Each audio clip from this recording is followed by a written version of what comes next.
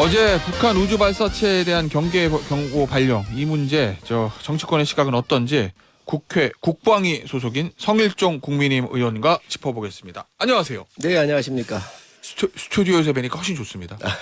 불러주셔서 감사합니다. 예.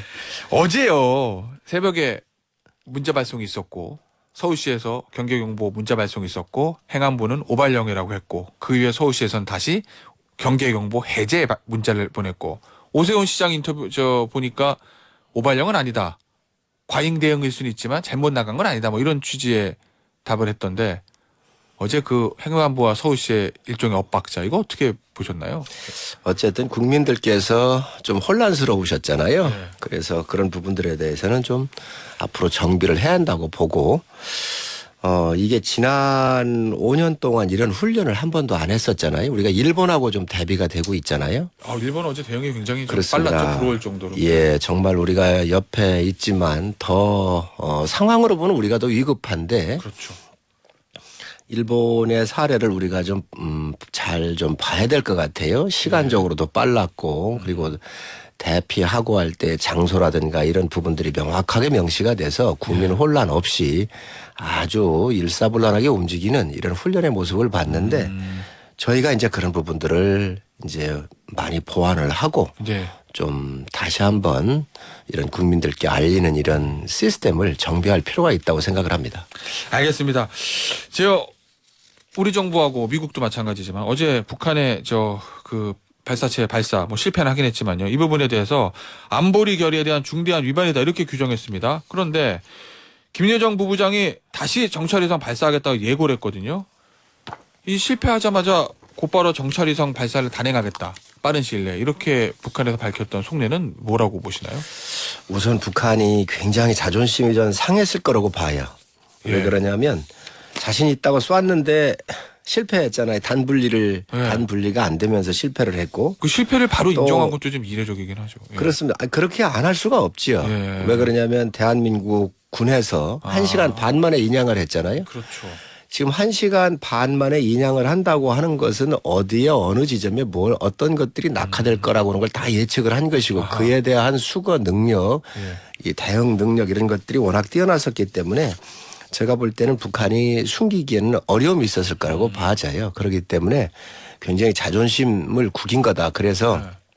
곧바로 이제 다시 이렇게 재발사를 하겠다라고 천명을 했는데 네. 한 달 정도 내에 예. 그 여러 가지 좀 하지 않겠나 싶습니다. 알겠습니다. 다른 주제 좀 짚어보죠. 지난번에도 한번 이 부분을 가지고 제가 우리 성일종 의원께 좀 물었던 적이 있는데 국민의힘 우리 바다 지키기 검증 TF 위원장이시잖아요. 어제 후쿠시마 시찰단의 보고 이거 어떻게 평가하시나요? 전반적으로. 우리나라의 최고의 과학자들이 다 함께 갔잖아요. 예. 그래서 정말 점검을 철저히 했습니다. 그리고 가기 전부터 예. 오랫동안 준비를 했었고 또 이 분들은 21년도 8월 문재인 정부 때부터 TF를 만드는 거거든요. 아 그렇습니까? 그렇습니다. 예. 그 인원들이 대다수가 간 거고요. 그러니까 문재인 정부 때 만들었던 인원하고 지금 윤석열 정부 들어서 새로 교체됐다든지 그런 부분은 아주 필수 요원 같은 경우는 이제 교체가 된 거죠. 또 예. 보강할 인원도 있었겠지만 보강은? 예. 그렇지만 문재인 정부에서 TF를 만들었고 그때부터 연구해 왔었던 분들이 주축이 돼서 아하. 거의 갔다 오신 거예요. 예. 그때 임명장 받은 분들이에요. 예. 과학은 정권하고 상관이 없잖아요. 정치적인 목적이라든지 의도가 전혀 들어갈 여지가 없다. 이런 그렇습니다. 과학에 정치적인 의도를 넣어서 과학을 한다고 하는 것은 있을 수가 없는 일이기 예. 때문에 그분들이 갔다 오셨기 때문에 또 안전성 문제, 성능 문제 모든 것을 다 봐서 어제 브리핑을 해드렸기 때문에 예. 아마 국민들께서 굉장히 안심하셨을 것으로 판단하고 있습니다. 자, 일단 어제 발표의 주요 골자를 보면 핵심 주요 설비가 잘 돌아가고 있는지 집중 점검했고 그랬더니 주요 설비들이 설계대로 현장에 잘 설치되어 있는 걸 확인했다. 이 얘기거든요. 그러니까 설비가 잘 돌아간다. 애초에 약속했던 대로 요 얘기인데 이게 시찰단의 목적에 맞는 성과였다. 이렇게 볼 수 있을까요? 그러면요. 예. 그 가서 설비의 가동 문제 또 미비점이 없는지 또 예. 긴급한 상황에 대한 대처 능력은 있는지 그리고 그 성능이 문제가 있으면 또 어떻게 가는지 그래서 가장 중요한 게 알프스라고 하는 다액종 제거 장치 아니겠어요? 예, 이 그렇죠. 여과 장치. 지금 많은 분들께서 과연 다액종들이 걸러지느냐 네. 이거에 대한 굉장히 의문이 있으셨잖아요. 그게 제일 궁금하네요. 자, 그런데 다액종 여과 장치가 세 개 정도가 있었고요. 그리고 여과가 안 됐었을 때는 다시 재이송을 해서 네. 이제 안전치에 들어올 수 있도록 했고 또 이에 대한 케이퍼 탱크 다 처리수에 대한 마지막 탱크에 이게 이제 저장이 되고 이로부터 삼중 수소에 대해서 비율을 좀 낮추는 거잖아요. 그래서 1리터당 1,500 베크럴 정도를 희석해서 내보내겠다 그러는데 1리터당 저희가 4만 베크럴 내보내잖아요. 굉장히 낮게 내보내는 거예요. 이런 것들에 대한 모든 장치를 확인했다. 그리고 그거에 대해서 그 개통도까지 정확하게 국민들한테 어제 브리핑을 해드렸습니다. 예. 그러니까 저 시찰단 얘기 들어보면 일단 기계가 잘 돌아가는 걸 확인을 했고 그다음에 아이푸스 들어가기 전과 후 로데이터를 제공을 받아서 이제 분석을 하겠다 요 얘기인데 그런데 결론적으로 결론은 안 냈어요.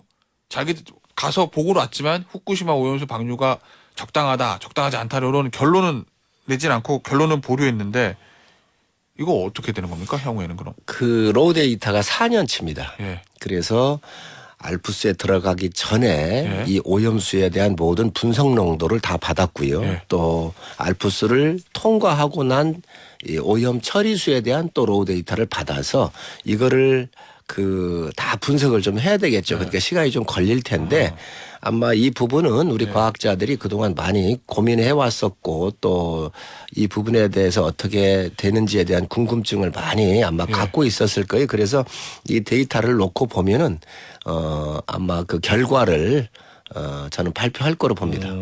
결국은 중요한 건 IAEA의 뭐 최종 보고서일 텐데 지금 보니까 중간 보고서에서는 저 일본에서 유의미한 방사능 핵종이 발견되지 않았다는 내용이 이제 들어가 있는 건 알려져 있는데 얼마 전에 대통령실에서도 IAEA 최종 보고서에 따라서 뭐 결정할 수 있을 것처럼 이렇게 발표를 했거든요.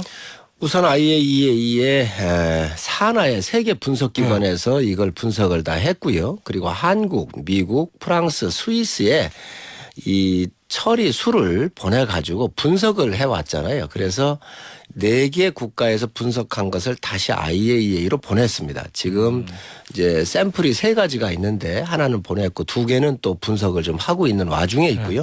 이것들에 대한 중간 보고서를 IAEA가 이 다핵종 같은 경우 어떤 종류도 나오지 않았다 이렇게 발표를 한 것이죠. 그래서 지금 뭐 야당이 여러 가지 얘기를 하는데 이 정서적으로 국민들 불안하게 해서는 안 됩니다.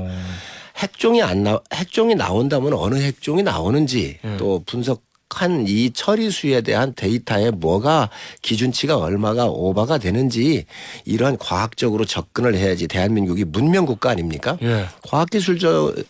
인공위성을 쓰고 있는 나라잖아요, 우리도.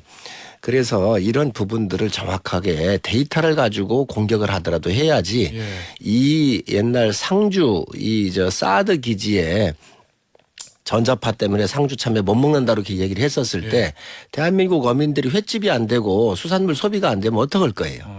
이거에 대한 책임을 저는 민주당이 져야 한다고 생각을 하고 과학적으로 접근을 해서 국민이 불안하면 전 설득을 하고 안심을 시켜야 될 책임이 여야의 모두에게 있습니다. 옛날부터 이런 광기가 있는 괴담으로 국민을 선동해서는 안 된다고 생각을 합니다. 알겠습니다. 일단 IAEA 보고서에서 뭐 문제 없다라는 보고서가 나온다고 가정하면 그러면 이제 일본의 방류를 막을 수는 없는 건데 그 방류와는 별도로 수산물 후쿠시마산 수산물 수입 금지 이건 어떻게 되는 겁니까? 분명히 말씀을 드렸지만은 후쿠시마의 8개 현에서 들어오고 있는 수산물에 대해서는 우리가 수입할 수 없다라고는 입장을 분명히 말씀을 드렸고요. 또 다른 지역에서 들어오거나 우리 동해, 서해, 남해에서 나오고 있는 모든 수산물 저희가 다 지금 방사능 오염에 대한 것을 측정을 하고 있습니다. 또 바닷물도 채소를 해서 다 검사를 하고 있거든요. 그래서 절대로 후쿠시마 국민 안전이 1번이고 또 후쿠시마를 비롯한 그 금지한 지역에서는 수산물 수입이 없을 거라는 말씀을 다시 한번 말씀을 드립니다. 그 IAEA 보고서에서 문제 없다라는 보고가 나와도 수산물 수입 금지는 유지한다. 그렇습니다. 그 국민적인 이 정서적 안정감이 필요하잖아요. 그렇기 예. 때문에 국민들께서 이런 부분들이 해소될 때까지는 예. 안 하는 게 맞다고 생각을 합니다. 지금 민주당에서 뭐 국제해양재판소 제소 이 부분을 저 방류와 관련해서 거론하는 것 같은데 여당은 이번에 대한 대응이 있으십니까? 민주당이 이런 부분을 좀 잘 좀 했으면 좋겠어요. 21년도 4월 14일 문재인 대통령께서 예. 이 제소권에 대해서 검토하라고 얘기를 했어요. 예. 문재인 정부에서도 못했잖아요. 과학적으로 여러 가지 했었을 때 우리가 이길 가능성이 없었기 때문에 안 됐던 거예요. 방류와 관련해서요? 그렇습니다. 못했던 겁니다. 그래서 이런 부분들을 너무 정치적으로 이용하는 것은 바람직하지 않다고 생각을 합니다. 알겠습니다. 당내 현안 좀 네. 짚어보죠.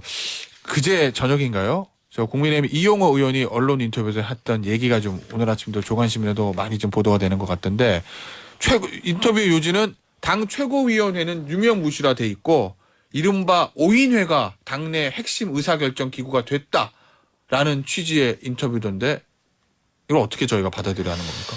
5인회라고는 말을 저는 좀 처음 듣고 예. 제가 정책의장을 했기 때문에 당의 기능은 당대표, 원내대표, 정책의장, 사무총장이 주로 일을 많이 하지요. 예. 그리고 이 부분들을 사전에 협의도 하고 하지요. 그리고 이런 사전 협의가 끝나고 나면 이제 최고인들 포함해서 의견 수렴을 하고 좀 더 보완한다든지 이렇게 하기 때문에 5인이라고 하는 말에는 전 무슨 얘기를 갖고 그 이용호 의원께서 말씀하셨는지는 모르겠어요. 그러나 당의 구조는 대개 이 당 사역이 주로 하고 있는 시스템들이 이건 여야가 거의 똑같습니다. 그 지금 뭐 언론에 보도되는 5인의 멤버들 보면 뭐 당대표 말고 사무총장, 조직부총장, 전략기획부총장, 그다음에 정책의장 뭐 요렇게거든요. 그럼 만약에 그 사람들하고 당대표가 의견을 조율을 한다고 하면 그거는 정상적인 어떻게 플로우다 이런 취지신 건가요? 당 주요 직책을 맡고 있는 사람들이니까. 전략기획부총장이나 조직부총장이 굉장히 중요하지요. 예. 왜 그러냐면 전국에 있는 지구당 위원장들에 대한 관리 문제도 있고 또 보강 문제도 있고 전략기획부총장 같은 경우는 늘 원내 전략이든 당의 전략이든 함께 상의를 하죠. 그렇지만 당 사역에 플러스 알파여서 들어가지요. 예. 알겠습니다. 지금 뭐 최고위원이 한 명이 보궐이 된 상태이기 때문에 보궐선거가 있을 예정인데 생각보다 별로 좀 인기가 없는 것 같아서 현역 의원들의 도전이 없는 것 같아서 그게 최고위원회가 좀 힘이 빠져 있는 것과 무관한 게 아니냐라는 그런 좀 관측도 좀 있어요. 만에 하나 선거가 좀 많이 남아 있으면 예. 많이 좀 뛰어들었을 거예요. 총선이요? 그런데 1년이 예. 안 남았잖아요. 그래서 현역 의원들이 현장에서 주로 많이 누비고 또 사람들을 만나야 되기 때문에 유권자분들을 만나야 되기 때문에 예. 선호도가 좀 약할 겁니다. 알겠습니다. 마지막 좀 질문 좀 드릴게요. 어제 이제 도심에서 민주노총의 집회가 있었고 경찰이 예전과는 다르게 좀 강하게 대응을 한 것 같습니다. 그래서 야간 집회 중간에 이제 집회가 해산이 됐다고 하긴 하는데 중간에 농성 노동자 한 사람이 피 흘리고 병원으로 이송되는 일도 좀 있었거든요. 이건 어떻게 봐야 되겠습니까? 이게 과잉 진압이라고 봐야 될까요? 아니면은 불법 집회에 대한 정당한 대응이라고 봐야 될까요? 대한민국 법이 살아있는 나라이고요. 예. 합법적인 집회는 얼마든지 하십시오. 다 보장할 겁니다. 그러나 고공농성을 하면서 철제를 휘두르고 흉기를 휘두르고 하는 나라가 그게 정상입니까? 왜 그 불법에 대해서는 눈을 감고 공권력이 집행하는 그 과정에서 경찰관도 다쳤는데 그에 대해서는 아무런 얘기가 없는 것이죠. 대한민국은 경찰관도 중요하고 또 집회하시는 분들도 중요합니다. 합법적으로 집회하시는 분들은 언제든지 대한민국 정부는 보호를 하겠지만 예. 불법적으로 국민께 피해를 보는 이 부분에 대해서는 법이 살아있음을 국민들께서 느끼시도록 하는 게 맞습니다. 알겠습니다. 오늘 인터뷰는 여기서 마무리하도록 하겠습니다. 지금까지 국민의힘의 성일종 의원이었습니다. 감사합니다. 네, 감사합니다.